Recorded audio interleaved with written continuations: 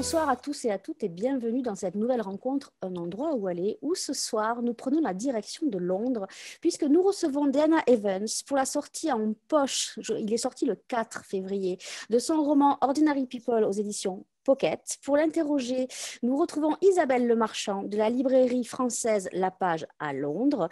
Nous avons aussi également avec nous Amélie Pasquet qui est éditrice chez Pocket, mais nous avons aussi ce soir des librairies partenaires. Nous avons la librairie Bonjour Books à Washington, la librairie Le Coin des Livres à Davézieux, la librairie La Galerne au Havre et la librairie de Paris, place de Clichy, à Paris. Pour que nos amis participants puissent entendre au mieux les réponses de Diana qui sera traduite ce soir par Pascal Fougère, il faut aller en bas dans le petit globe et choisir la version française. Avant de laisser la parole à Isabelle et à Diana pour parler de ce merveilleux livre, nous allons laisser la parole à l'éditrice qui est là ce soir, Amélie Pasquet. C'est à toi. Bonsoir à toutes et à tous. Je prends juste la parole quelques instants pour vous dire que je suis ravie de cette rencontre qui ouvre les frontières et qui nous fait voyager, ce dont nous avons tous besoin en ce moment. Merci Nathalie et Frédéric de nous permettre ça. Diana, c'est un grand plaisir et une grande fierté pour moi de vous compter parmi nous ce soir, car vous êtes l'une des grandes nouvelles voix de la littérature d'outre-Manche. Votre premier roman, Vantissa, avait été couronné du prix Orange. Votre dernier opus, Ordinary People, qui est apparu aux éditions du Globe l'an dernier et qui sort chez Pocket ce mois-ci, a lui aussi figuré dans la liste, dans les sélections des prix les plus prestigieux. Et je suis vraiment enchantée de vous entendre parler de ce roman ce soir et de faire découvrir votre univers à nos auditeurs, car il a été pour moi une vraie révélation, un vrai coup de cœur. Je trouve que c'est un roman qui met en scène, qui, en mettant en scène deux couples à Londres de nos jours, parle à tous. Chacun de nous peut se retrouver dans le plus infime des détails du quotidien, mais aussi dans les grands questionnements sociétaux, politiques et philosophiques qui traversent le roman et ses personnages. On passe sans cesse du zoom au grand angle, de l'intime à l'universel, et c'est une véritable chronique de nos couples postmodernes, une chronique qui est à la fois foisonnante, qui est parfois désolante, très belle, mais surtout toujours juste. Voilà, j'en dis pas plus et je laisse la parole à Isabelle et Diana, et je vous souhaite à tous une bonne rencontre et un beau voyage à Londres. Merci. À tout à l'heure Isabelle et Diana, à tout à l'heure. Merci, bonsoir. Merci Amélie, bonsoir à tous. Merci Frédéric et merci Nathalie pour ces rencontres super, un endroit où aller. Je suis enchantée, Diana Evans, de vous rencontrer ce soir et de parler avec vous de ce livre qui est donc sorti chez Globe en 2019, Ordinary People, et qui sort cette semaine chez Pocket. Donc Diana, vous êtes écrivain, critique littéraire et journaliste. Et ce troisième roman qui s'appelle Ordinary People, qui a reçu beaucoup de prix, et notamment le Woman Prize for Fiction dès sa sortie, est un roman qui se distingue peut-être un peu des deux premiers, donc 26A et Wonder, qui sont pour le premier tout à fait autobiographiques, si je ne me trompe pas, mais pour le second aussi, pour une grande partie, je pense. Vos romans parlent des femmes, des étapes psychologiques que l'on traverse dans la vie et de l'héritage culturel, notamment des personnes noires, avec beaucoup de finesse et de réalisme. Pour résumer rapidement Ordinary People, c'est un livre qui se passe à Londres, qui met en scène deux couples, Melissa et Michael d'une part, et Stéphanie et Damian de l'autre côté. Ces deux couples sont amis. Tous les quatre, enfin trois d'entre eux d'origine afro-britannique, issus de la classe moyenne, et on les suit pendant une année qui démarre très exactement au moment de la première élection de Barack Obama, et donc fin 2008, et qui se termine en 2009 à la mort de Michael Jackson. Donc vous avez choisi ces deux points dans l'histoire, si je peux dire, pour situer votre roman. Donc, on suit ces deux couples très en détail dans leur vie de couple. On suit leurs difficultés et jusqu'au délitement finalement de ces couples qui sont des quarantenaires, qui sont chacun ensemble depuis une dizaine d'années à peu près. Et on les suit à travers les événements de la vie qui sont l'arrivée d'un enfant, la mort d'un parent, les changements qui découlent de ces événements, et les conséquences au niveau de leur vie amoureuse, de leur vie professionnelle. le désir d'être une mère parfaite ou celui tout aussi difficile d'y renoncer. Donc, tout d'abord, une chose m'a particulièrement intéressée à la lecture de votre roman, c'est l'adoption que vous avez des différents points de vue. En fait, on est successivement chacun de ces 4 personnages principaux. Et ce qui est très intéressant, c'est le regard que la société porte sur eux. C'est-à-dire, qu'est-ce qu'être une bonne mère dans les yeux de la société? Qu'est-ce que c'est d'être la femme de quelqu'un ou simplement sa compagne? Il y a notamment Stéphanie qui pense que le mariage est vraiment le cadenas qu'on peut mettre sur un couple. Comment on se complaît ou comment on peut se leurrer dans l'image d'un couple parfait. Et puis enfin, la question de la conciliation de la maternité et de la vie professionnelle. Enfin, des questions vraiment tout à fait universelles et ordinaires. Donc, la première question que j'ai envie de vous poser, c'est quel est votre regard sur cette société qui nous conditionne et qui influence notre comportement et nos façons d'agir?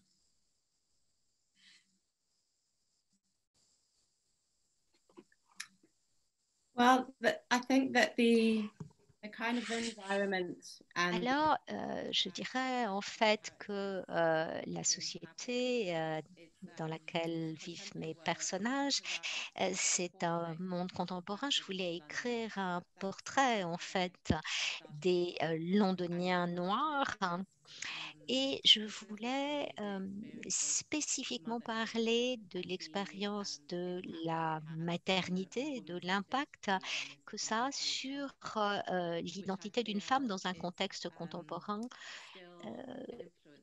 qui, je pense, est toujours influencé par des idées un peu anciennes sur la parentalité. Cette idée que la femme étant la principale pourvoyeuse de soins et le père arrivant après. Et je crois que ça a toujours un véritable impact sur la manière dont on élève nos enfants, et particulièrement en Grande-Bretagne, sur comment en fait la structuration de la journée en fait a par exemple dans le monde hospitalier, en fait, hein, quand les enfants naissent, la femme reste à l'hôpital et le père rentre à la maison. Euh, Aussi, en fait, sur les lieux de travail, hein, il y a eu des changements en fait qui ont été faits par rapport à des allocations maternité, mais on pense toujours en fait que c'est la femme qui va quitter momentanément son travail pour s'occuper des enfants. Donc, je voulais parler de comment elle pouvait avoir un impact sur les relations entre l'homme et la femme. Et c'est effectivement ce qu'on retrouve dans le roman et aussi la communication entre les hommes et les femmes. Et je voulais placer ça dans une situation où une femme trouve un peu laissée de côté, hein, et où l'homme, d'une certaine manière, se trouve aussi un peu et voilà, c'est ce que le roman fait pour moi, c'est en fait parler de toutes ces questions. Euh, je dirais que le roman, en fait, hein, est ma forme littéraire préférée parce que ça permet de parler de la psychologie des relations humaines et c'était ça, en fait, ce qui m'intéressait au premier chef. Ce qui est aussi intéressant d'ailleurs dans le roman, c'est que les 2 femmes principales, ces 2 amies, Stéphanie et Mélissa, ont chacune une vision extrêmement différente de la maternité. Est-ce que c'était intéressant pour vous de confronter ces 2 opinions ou est-ce que vous avez l'impression que, enfin, bien sûr, je sais que oui, mais que vous en faites parler l'une plus fortement que l'autre? Comment est-ce qu'on décide finalement de donner la voix de façon un peu plus forte à l'une plutôt qu'à l'autre?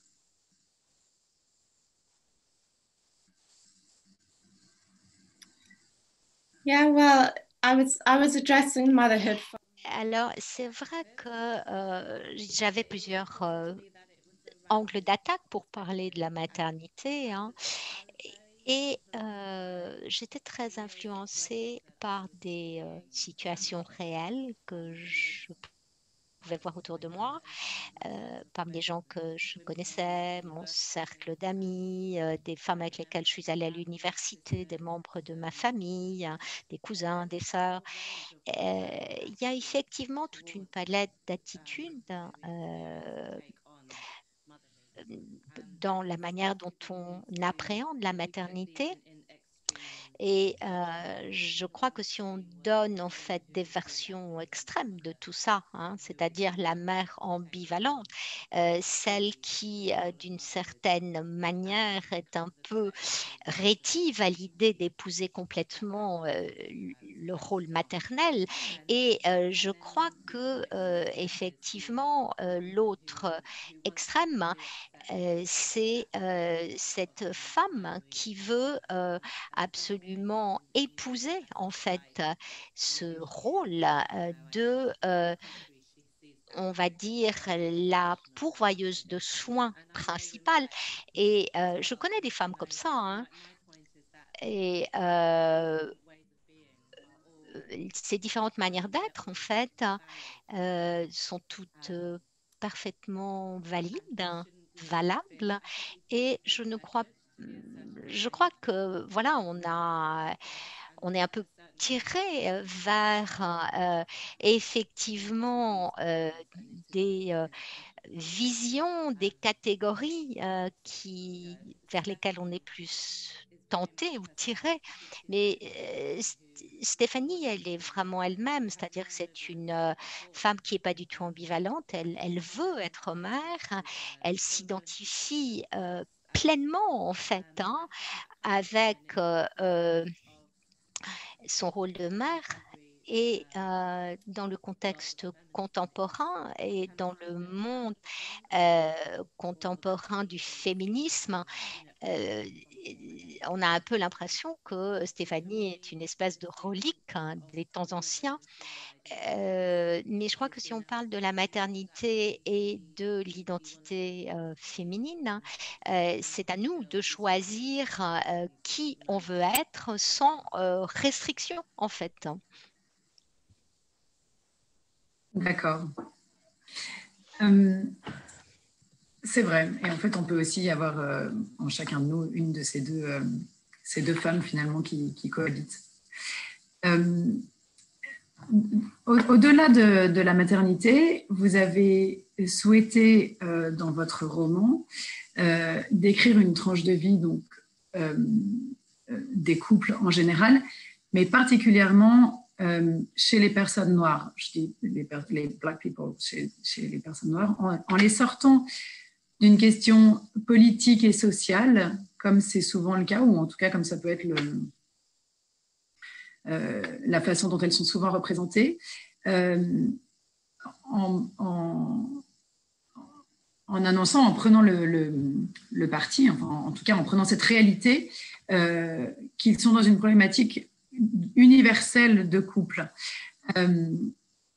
Alors, ce qui est tout à fait réel, mais toutefois, la question de leur origine et la question de la race est présente à l'extérieur et à l'intérieur de chacun des deux couples.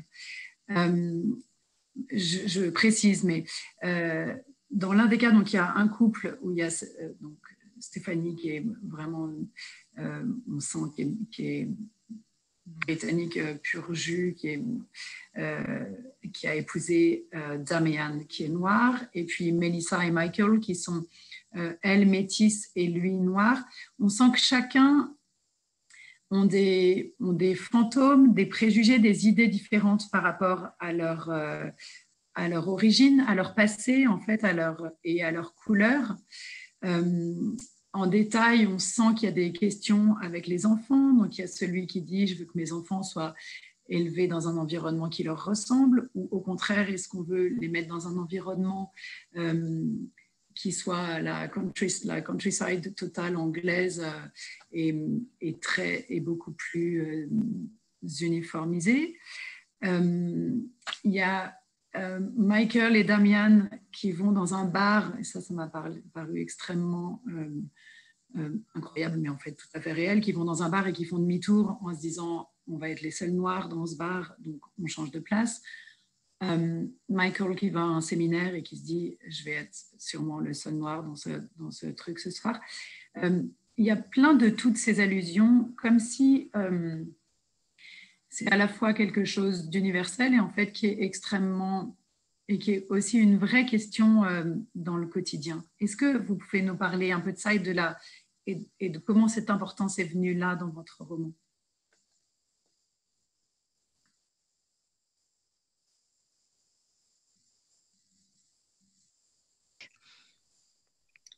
Yeah, I mean, you've summed it up.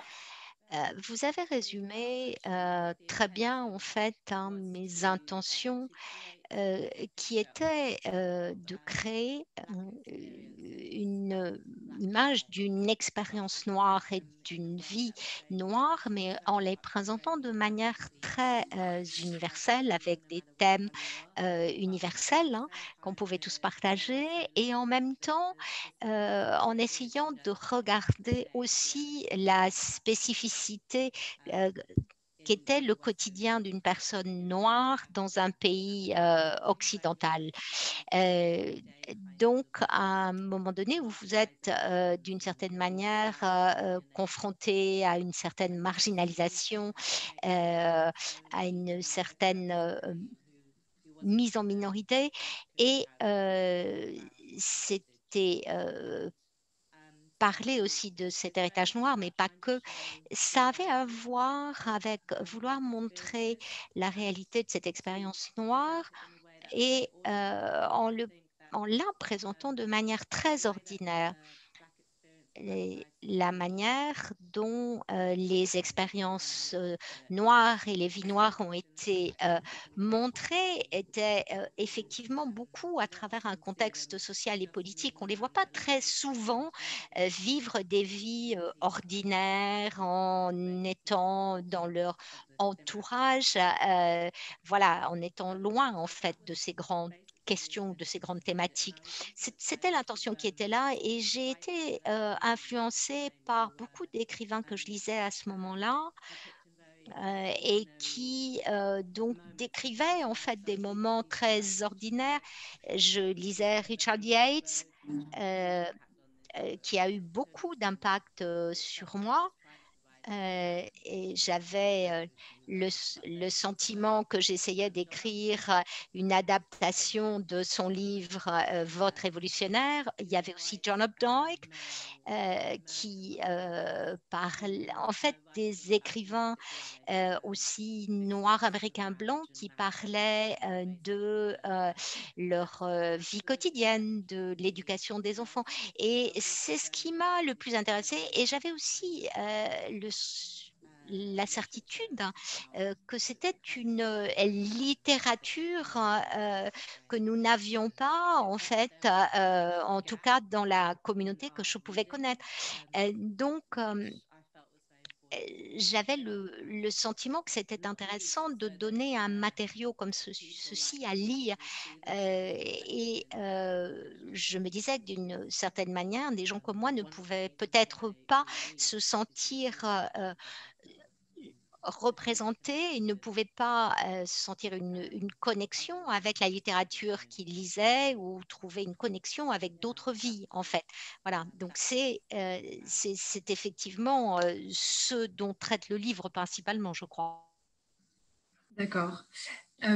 Et en même temps, à aucun moment, vous n'entrez frontalement dans la question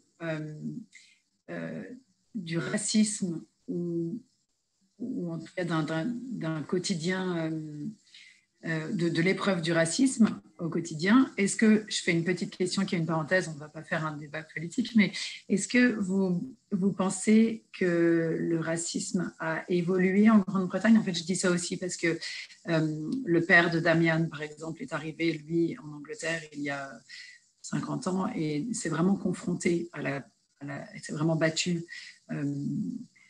pour faire connaître ses droits. Vous racontez cette scène où il y avait écrit en bas de l'immeuble interdit aux chiens, aux Irlandais et aux Noirs.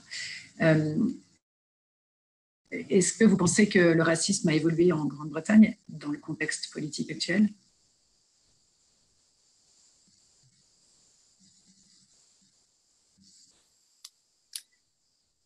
Yes, I mean, British racism is very old and Oui, je crois que voilà, le racisme, c'est quelque chose de très vieux. Ce qui change, hein, c'est la façade, en fait. Hein. Euh, et d'une certaine manière, on peut avoir le sentiment qu'on a reculé. Hein. Le père de Damien venait de Trinidad et il était arrivé à un moment donné où le racisme était rampant et quand il est arrivé, oui, il avait pu voir cette pancarte disant pas d'Irlandais, pas de chien, pas de noir. Mais il y avait vraiment des mouvements sociaux qui existaient pour lutter contre ce qui était une interdiction de s'intégration des Afro-Caribéens. Il y avait de la violence aussi. Hein. Mais ce qui m'intéressait, c'était de voir comment l'expérience de Damien avait, elle, été très différente. C'est-à-dire que le racisme était très, très différent. Il est beaucoup plus insidieux, c'est-à-dire qu'il est à l'intérieur. Hein. On le retrouve à l'intérieur du système éducatif, l'attitude que peuvent avoir les enseignants envers hein, les élèves noirs, hein, comment les Noirs sont moins bien traités dans le domaine du travail, notamment pour des promotions, pour les avancements.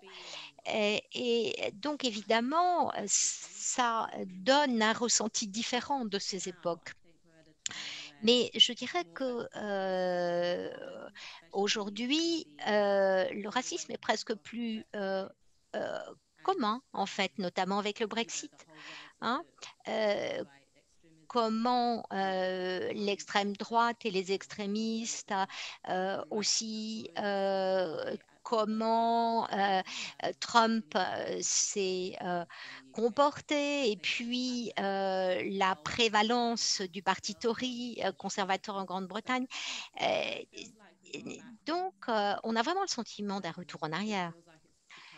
Et on a l'impression que ce racisme est plus évident, mais en même temps, euh, je ne crois pas que vraiment ça a changé. Je ne crois pas qu'il y ait de plus de racistes aujourd'hui qu'avant, ou moins. Hein. Je pense que la Grande-Bretagne est un pays qui s'accroche en fait à une espèce d'idée en fait fausse de son identité, qui est en fait beaucoup plus diverse hein, et qu'elle ne le souhaiterait. Et je pense que c'est l'essence du problème, en fait. Et voilà, et on n'est pas un monolithe, en fait. Hein. Et ça, c'est une chose qui est aussi extrêmement intéressante dans votre roman, c'est que ce dont vous venez de parler, notamment, ancre le roman dans quelque chose de très réel. Le temps et l'espace sont très définis. Londres est presque un personnage à part entière. Les quartiers de Brixton, de Crystal Palace, tout ça prend... Il y a une architecture qui a une place très importante dans votre roman. Des questions sociales qui sont précises, des questions psychologiques, donc, comme on a dit, qui sont universelles, etc.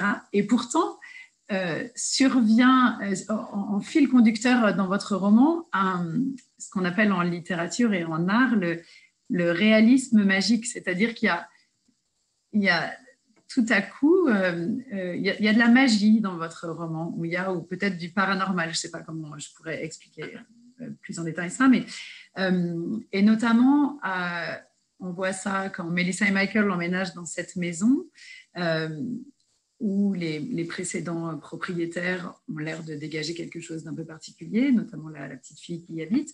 Et puis petit à petit, au fur et à mesure du roman, de leur vie de couple, etc., on sent il se passe des choses dans cette maison. C'est comme si la maison semble rétrécir, il y a des morceaux de plafond qui s'effritent.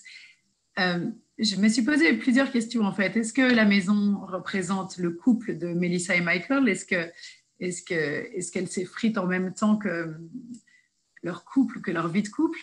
Ou bien est-ce qu'elle traduit aussi la détresse de Melissa? Et Michael n'arrête pas de... D'ailleurs, on se demande à un moment, est-ce qu'elle devient juste complètement... Est-ce qu'elle est tellement en train de craquer que c'est elle qui fissure finalement et que la maison se fissure en même temps? Comment ça vous est venu cette chose-là qui en fait qui paraît complètement incroyable et qui s'imprègne complètement, on y est complètement dans le roman? Est-ce que c'est quelque chose que vous avez déjà utilisé ou est-ce que ça vous est venu de façon naturelle? Comment vient cette magie un peu dans ce contexte tout à fait ordinaire?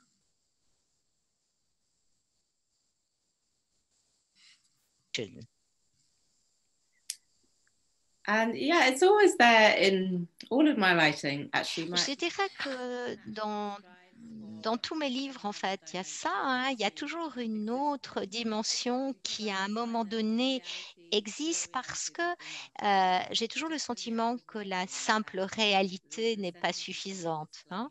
Donc, il y a toujours, en fait, cette espèce de lieu de mystère et j'aimais en fait cette espèce de représentation un peu gothique parce que c'est vraiment quelque chose que j'aime beaucoup, hein. Cette maison dans sa physicalité, hein. C'était aussi le moyen d'ajouter une couche supplémentaire en fait à cette histoire en fait qui est ancrée dans le réalisme. Et ce que ça fait, c'est que ça me permet de mettre les personnages à un niveau plus profond. Ça me permet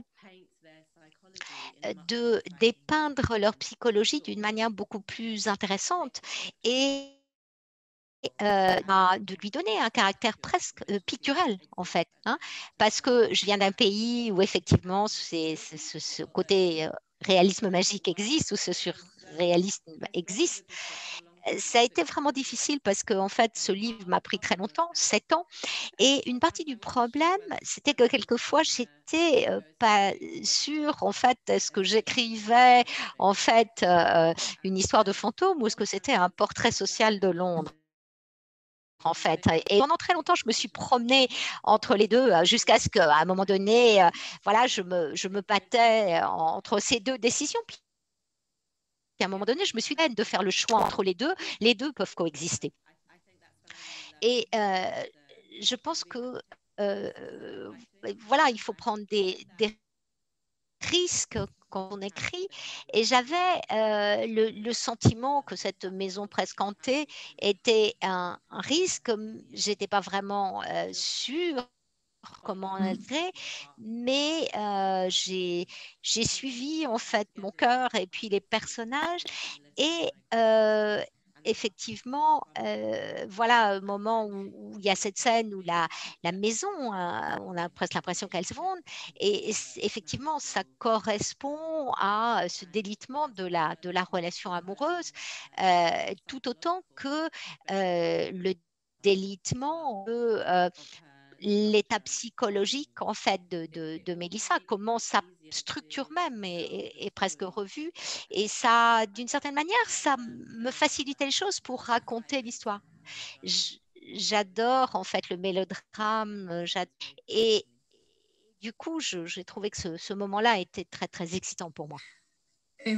Ok, et d'ailleurs, on sent que vous parlez avec votre cœur quand vous abordez cette question-là. Et ça m'amène à une question aussi qui est sans doute un peu personnelle, mais en lisant Ordinary People, on a envie d'imaginer que vous êtes le personnage de Melissa, enfin que vous êtes proche du personnage de Melissa, qui est britannico-nigériane, et je crois savoir que votre mère est nigérienne. Et Melissa, elle apporte le côté nigérian au roman. On le voit notamment à travers les recettes de cuisine. Elle essaye de préparer les bas à plusieurs... c'est aussi quelque chose qu'on retrouve au fur et à mesure du livre. Et ça, c'est quelque chose qui la relie à sa mère très fortement, avec qui elle a une relation très touchante et très complice. Et c'est aussi sa mère qui lui donne ces recettes un peu magiques, justement, pour faire fuir les mauvais esprits de la maison.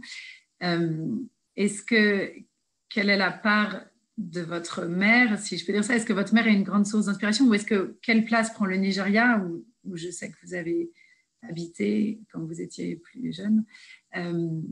Est-ce que c'était le moyen de faire venir un petit peu, de vous faire rentrer dans le roman, ou de faire rentrer votre mère ou votre enfance?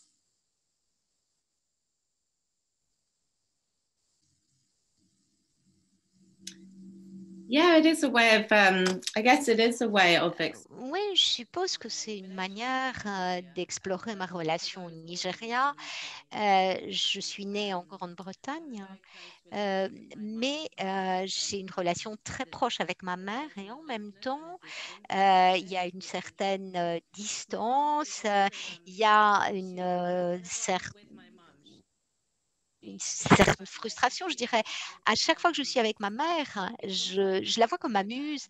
C'est presque magique quand je suis avec eux, et quand je suis près d'elle, souvent je prends des notes en fait. C'est l'impression en fait que les choses me viennent, hein, et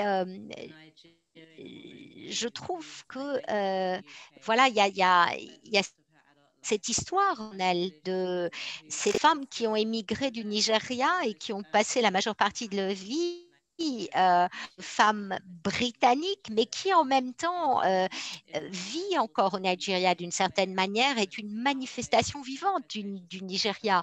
Et c'est intéressant, ça peut être en même temps la manifestation de plusieurs prairies. Elle n'a rien perdu de son caractère nigérien,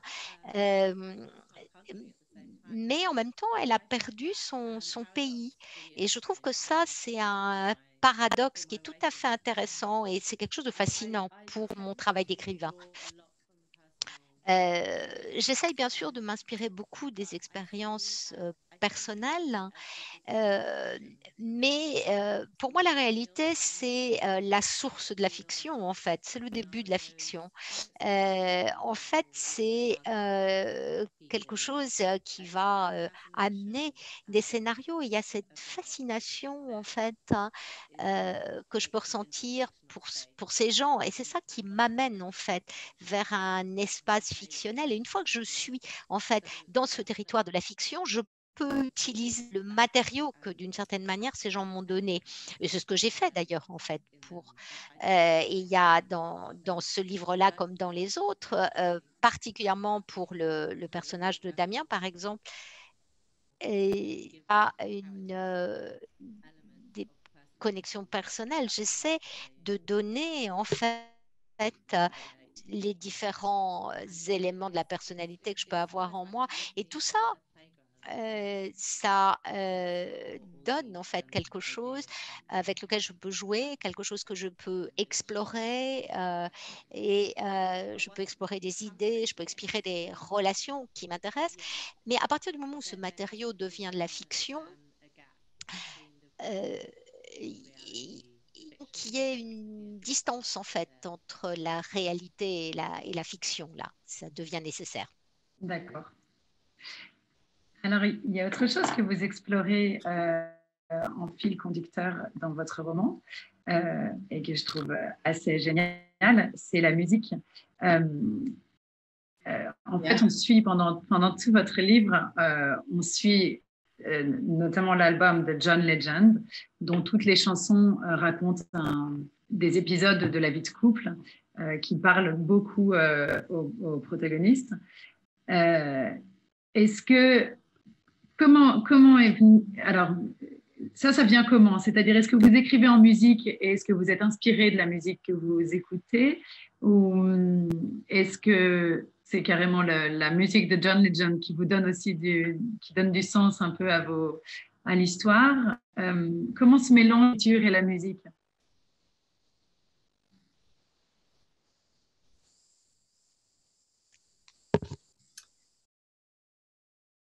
Yeah, the music came, La musique, c'était quelque chose de très organique. Ça rentrait bien dans l'écriture. J'écris beaucoup de musique, j'écris pas en musique, mais j'écoute beaucoup de musique après avoir écrit. Et effectivement, l'album de John Legend, c'est quelque chose que j'écoutais beaucoup. Et cet album, Get Lifted, c'est vraiment un album formidable de soul, musique soul. Et il y a aussi ces paroles très, très intéressantes, en fait, comme une histoire, comme un petit voyage. Et je trouvais que c'était une manière intéressante d'explorer le voyage psychologique de Michael. Et donc, il y a cette expérience que j'ai faite avec Michael, qui est dans le bus et qui écoute en fait cet album. C'était pour moi une expérience, ce chapitre, pour voir si je pouvais en fait voilà, travailler simultanément l'écriture avec quelque chose de musical, et puis je pouvais mélanger ça avec un voyage dans Londres et également quelque chose qui pouvait fonctionner. J'étais pas sûre en fait que ça marche, cette idée-là. Et puis alors que j'écrivais ce chapitre, c'était électrisant en fait d'essayer de faire rentrer la musique de cet artiste qui devenait alors comme la voix en fait de la psychologie de Michael. Et d'une certaine manière, voilà, c'était quelque chose qui était le véhicule de la psychologie de Michael, de sa voix. Et après, dans l'ensemble du livre, pratiquement sur toutes les scènes, il y a de la musique dont on parle, parce que je crois que ça fait partie de la vie des personnages. La musique, ça a à voir avec qui vous êtes. Et c'est quelque chose qui nous aide à exprimer nos sentiments, à mettre des mots sur nos sentiments, sur nos ressentis. Et je me disais que voilà, c'était une très très bonne idée d'avoir cette playlist sur Spotify, parce que ça permettait en fait à mes lecteurs de avoir un autre regard sur le livre. Et puis d'une certaine manière, ça a été plus rigolo en fait d'écrire comme ça. Et j'essaye toujours en fait de rendre le livre plus intéressant à la fois pour moi et pour les lecteurs. D'accord. Ce qui est très réussi, parce que j'ajoute juste avant que Nathalie nous coupe qu'il y a beaucoup d'humour aussi dans ce livre.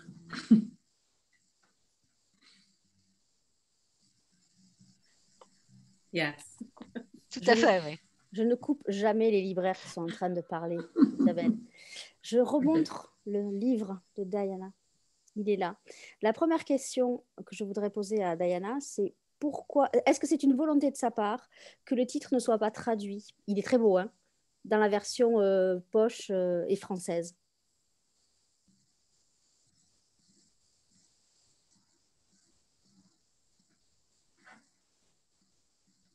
No, no, it wasn't. It wasn't my choice. Non, pas du tout. C'était pas mon choix. Mais j'adore en fait l'idée que ce soit le même titre. Je trouvais que c'était une très très bonne idée. Voilà, bravo, bravo. C'est dommage, Amélie est partie, sinon je lui aurais posé directement. Alors, il y a des questions du public. La première, c'est une Amélie aussi qui la pose. Vous êtes souvent comparé à Dickens et Tolstoï. Font-ils aussi partie des auteurs qui vous ont influencé? Yeah, Tolstoy. Tolstoï, absolument. Je suis une grande fan, j'adore son travail. Dickens, pas tant. Peut-être, évidemment, Dickens a beaucoup beaucoup écrit sur Londres et sur les personnages qu'on trouvait à Londres et sur les vies qui étaient. Et c'est ce que je prends de lui, je crois. Mais je n'aime pas son écriture. Donc ça ne se fait pas de dire ça, mais j'adore en revanche, en fait, le sentiment d'enracinement de son écriture dans des lieux précis. Hein. Mais j'aime la tendresse de l'écriture et comment, voilà, ça c'est Tolstoï qui a cette tendresse incroyable pour ses personnages et cette manière en fait de montrer une vision panoramique. J'ai J'essayais il a fallu effectivement que je mette des personnages plus ordinaires qu'un personnage de Tolstoï. Alors, la prochaine question nous vient des États-Unis. C'est Jennifer Fulton, qui est la librairie partenaire ce soir à Washington, qui a cette question. Quelle différence faites-vous entre le vécu noir au Royaume-Uni et aux États-Unis? Et tenez-vous compte du vécu de la population noire des États-Unis quand vous écrivez?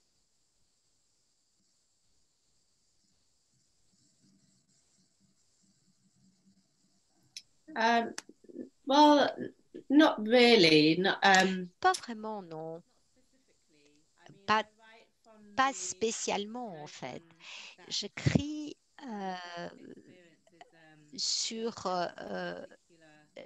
le fait que l'expérience noire est une expérience particulière par rapport à ce qui peut être l'aliénation raciale, la marginalisation dans les sociétés occidentales et évidemment, je pense beaucoup aux mouvements, en fait, les mouvements comme les droits sociaux des années 60. C'est quelque chose, tous ces mouvements m'imprègnent quand j'écris. Hein. Je dirais que c'est écrire à partir d'un lieu commun de la marginalisation, de la question de l'esclavage, la question de la marginalisation, c'est quelque chose qui fait partie de toute vie noire. Donc, c'est ma position. Mais j'écris sur l'expérience des Noirs britanniques, la vie des Noirs britanniques, qui ont bien sûr des points communs avec les vies noires américaines, mais il y a beaucoup de différences et je crois qu'elles sont importantes à signaler. Il y a des moments en fait où on parle des Afro-Américains dans Ordinary People et je trouve ça assez amusant en fait parce que l'histoire est très différente. Il y a des et je pense que en ce qui concerne la manière dont on a parlé des vies noires et notamment je lisais des gens comme Alice Walker quand j'avais 20 ans, Toni Cade Bamba, et je cherchais en fait euh, comment je pouvais trouver chez elle en fait l'expérience en fait de vie noire que je ne trouvais pas ailleurs. Hein. Et j'ai le sentiment en fait qu'aujourd'hui avec mon écriture, j'essaie de pallier au manque d'une expression de ce que peut être une négritude britannique. Alors, une question toute simple. Comment êtes-vous venue à l'écriture, Diana?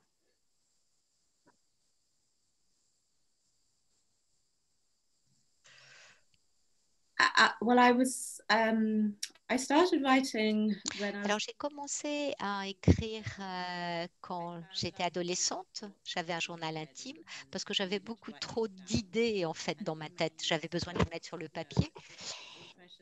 Et c'était des impressions sur ce que j'apprenais, des observations du monde autour de moi.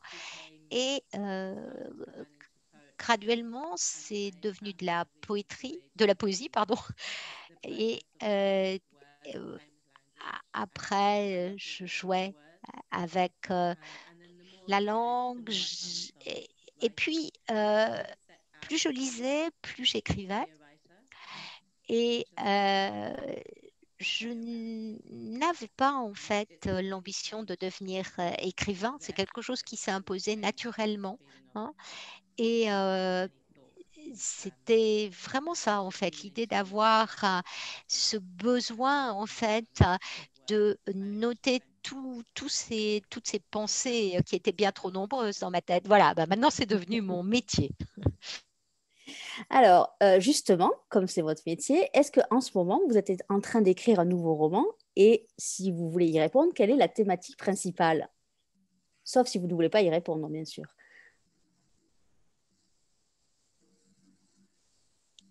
I am writing another book. Oui, je suis en train d'écrire un autre livre. C'est un autre livre qui se passe dans le Londres d'aujourd'hui. C'est tout ce que je peux dire à l'heure actuelle. Voilà, j'aime pas beaucoup parler en fait des travaux en cours. Et puis j'ai écrit pas mal de journalisme, d'articles, hein. Mais pour les mois en fait qui s'annoncent, je vais un peu m'enfermer pour travailler sur mon roman. Voilà, je suis plutôt lente, ça me prend beaucoup de temps. J'espère que je vais arriver à le terminer cette année, mais j'essaye vraiment de ne travailler que sur un livre à la fois et d'aller jusqu'au bout avant de commencer un. Alors, pour aller un peu plus en profondeur sur votre personnalité, quels sont les auteurs contemporains ou pas qui comptent pour vous ou qui vous ont influencé? Est-ce qu'il y en a un plus qu'un autre?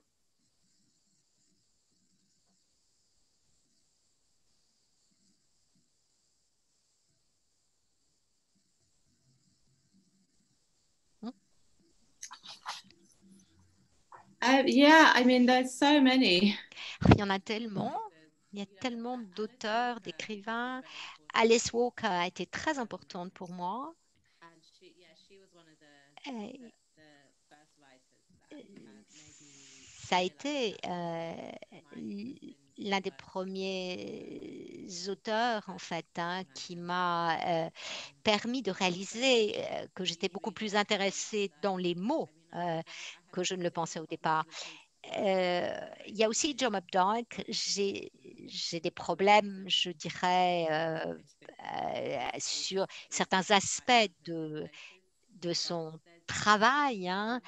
Euh, mais il y a quelque chose dans euh, son implication pour écrire sur le quotidien, le domestique, hein, qui est quelque chose que j'admire énormément. Toni Morrison, hein,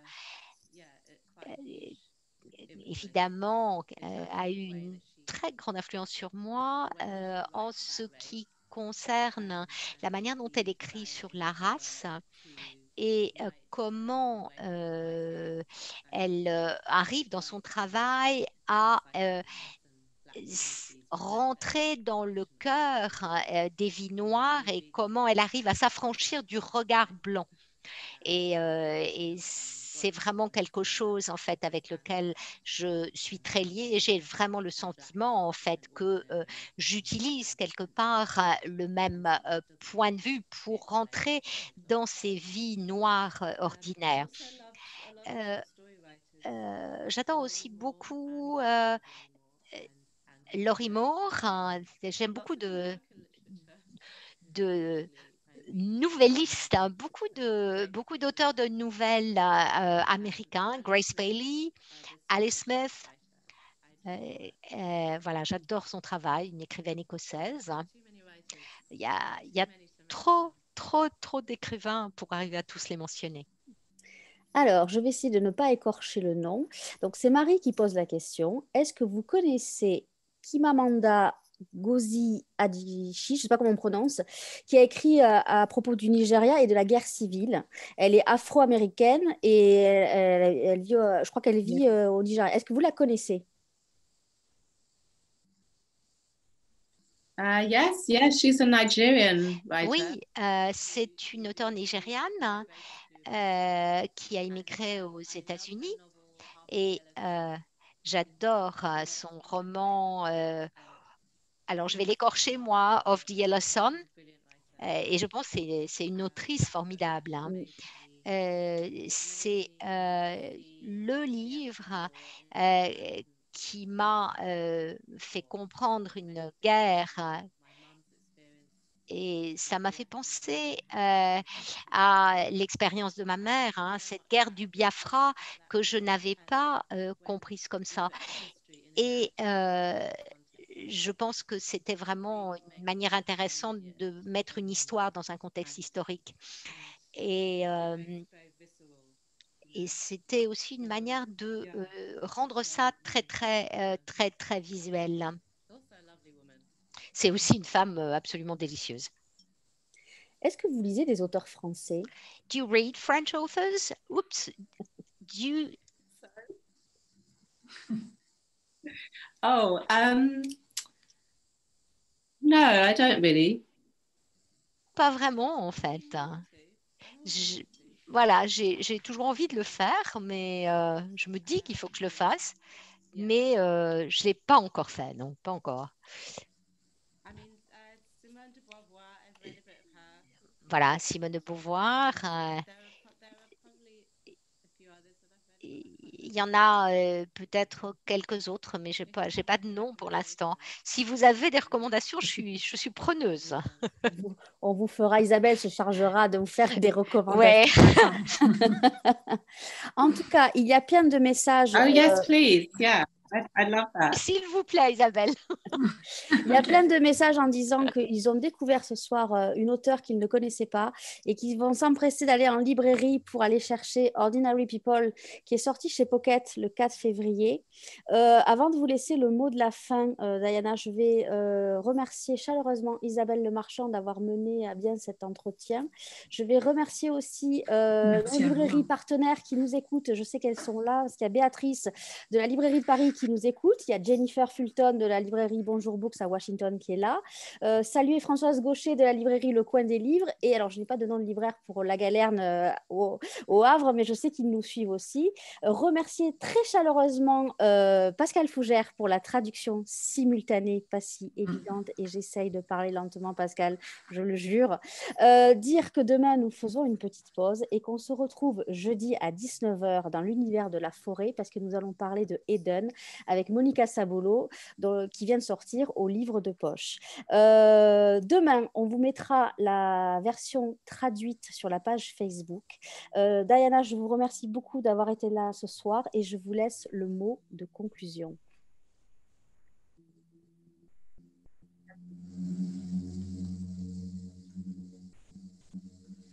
Thank you for having me. It's been really... Merci beaucoup de m'avoir invitée. Ça a été superbe. Parfait. Et merci à tous. Et merci aux éditions. Merci, Diana.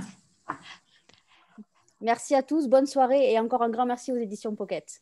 Lisez Ordinary People. Voilà, il est là. Bonne soirée à tous et à jeudi.